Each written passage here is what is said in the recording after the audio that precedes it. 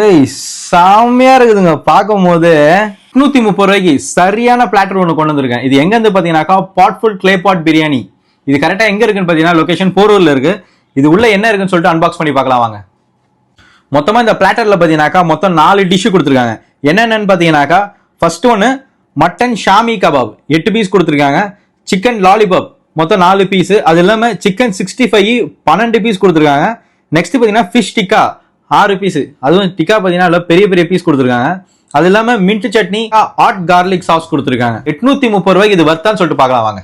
First நம்ம போறது பாத்தீங்கன்னாக்கா மட்டன் ஷாமி கபாப்.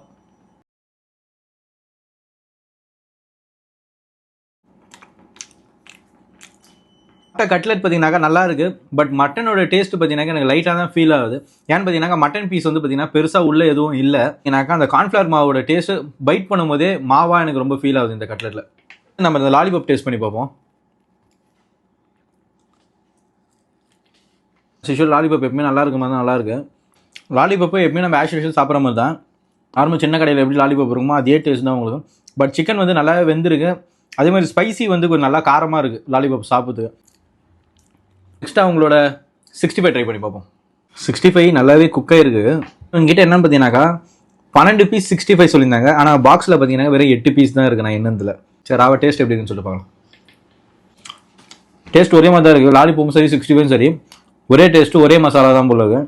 பெரிய டிஃப்ரென்ஸ் எனக்கு எதுவும் தெரில. அடுத்தது அவங்களோட ஃபிஷ் டிக்கா நல்லா பெரிய படா சைஸ் ஃபிஷ்ஷு. ஆஃப்டர் இருக்குது ஃபிஷ்ஷு குக் ஆனது. நல்லா மசாலாவும் நல்லா ஒட்டியிருக்கு. அதே மாதிரி பார்த்தீங்கன்னா போன்லெஸ்ஸாக கொடுத்துருக்கு. பார்த்தீங்கன்னா ஒரு ப்ளஸ்ஸாகவே இருக்குது. டிக்கா வந்து சூப்பராக இருக்குது. ஃபிஷ் டிக்கா ஃபிஷ்ஷு உண்மையிலே சூப்பராக இருக்குது. இதில் 4த்துலேயுமே எனக்கு வின்னர் பார்த்தீங்கன்னாக்கா ஃபிஷ்ஷு தான். டேஸ்ட் வந்து உண்மையிலே சூப்பராக இருக்குது. உண்மையிலே 830க்கு வர்த்தான பிளாட்டராக தான் தோணுது. இதே மாதிரி அடுத்து என்ன வீடியோ பண்ணுன்னு சொல்லிட்டு ஃபாலோ பண்ணிட்டு கமெண்ட் பாக்ஸில் சொல்லுங்கள். அது வரைக்கும் நன்றி, வணக்கம், பாய்.